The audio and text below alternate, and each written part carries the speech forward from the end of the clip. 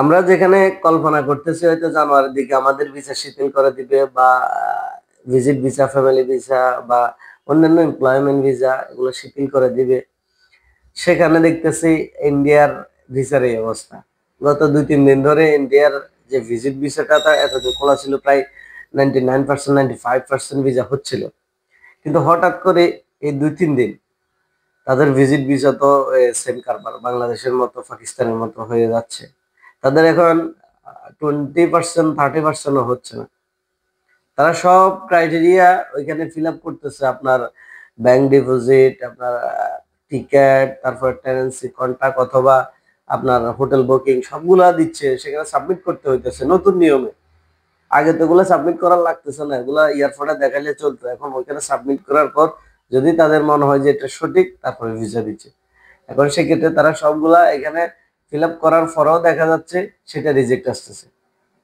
পরে নামে ভিসা তো পাচ্ছেই না। লস না জিনিসটা?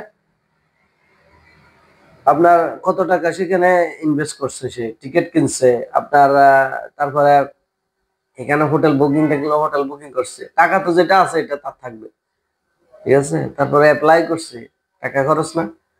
এই ২-৩ দিনের ভিতরে তাদের ২/৩ পর্যন্ত কি রিজেক্ট আসছে, এরকম হচ্ছে না। এখন আমরা জানি না ভারত, বাংলাদেশ, পাকিস্তান এদের ভাগ্যে কি আছে, কতটুকু আছে, নাকি হয়তো বছরের শেষ সব আপডেট করতেছে এই কারণে রিজেক্ট আসতেছে, বলা যাচ্ছে না। তো আমরা আমাদের দেশ নিয়ে ভাবি, ইন্ডিয়া পাকিস্তান কি হইলো না হইলো এটা আমাদের আসলে দেখার বিষয় না। তাদের ভিসা কতটুকু শিথিল হইলো, কতটুকু কঠিন হইলো, কথা হচ্ছে যে সবগুলা একই সূত্রে বাঁধা। ওইদিকে কঠিন হইলে এদিকেও কঠিন হবে, এদিকে কঠিন হইলে এদিকে কঠিন হবে, মানে আস্তে আস্তে তাদের দিকে যাচ্ছে। প্রথমে পাকিস্তানকে করছে, তারপর বাংলাদেশ, তারপরে এখন ভারত। তো কি আছে আমাদের ভারত, বাংলাদেশ, পাকিস্তানিদের কপালে, আল্লাহ ভালো জানে। দোয়া করেন যাতে বাংলাদেশিদের অন্তত, জানি না করবে কিনা, অন্তত জানুয়ারির দিকে কিছু একটা করে। বা ভাই, আমাদের এখন বিশেষ করে প্রয়োজন এখানে ট্রান্সফারটা।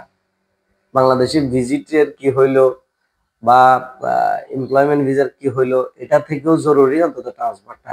এই জায়গাতে অনেক প্রবাসীরা ফাঁসি আছে। ইউএইতে আমাদের দরকার এটা।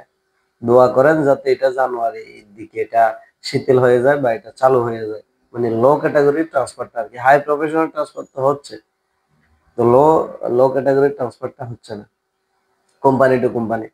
তো দোয়া করেন যাতে এটা শিথিল হয়ে যায়। আল্লাহ তাআলা যাতে আমাদের সবাইকে হেফাজত করে, সবাইকে আবার সুন্দরভাবে ভিসা লাগানোর তৌফিক দান করে। আমিন। ধন্যবাদ সবাইকে।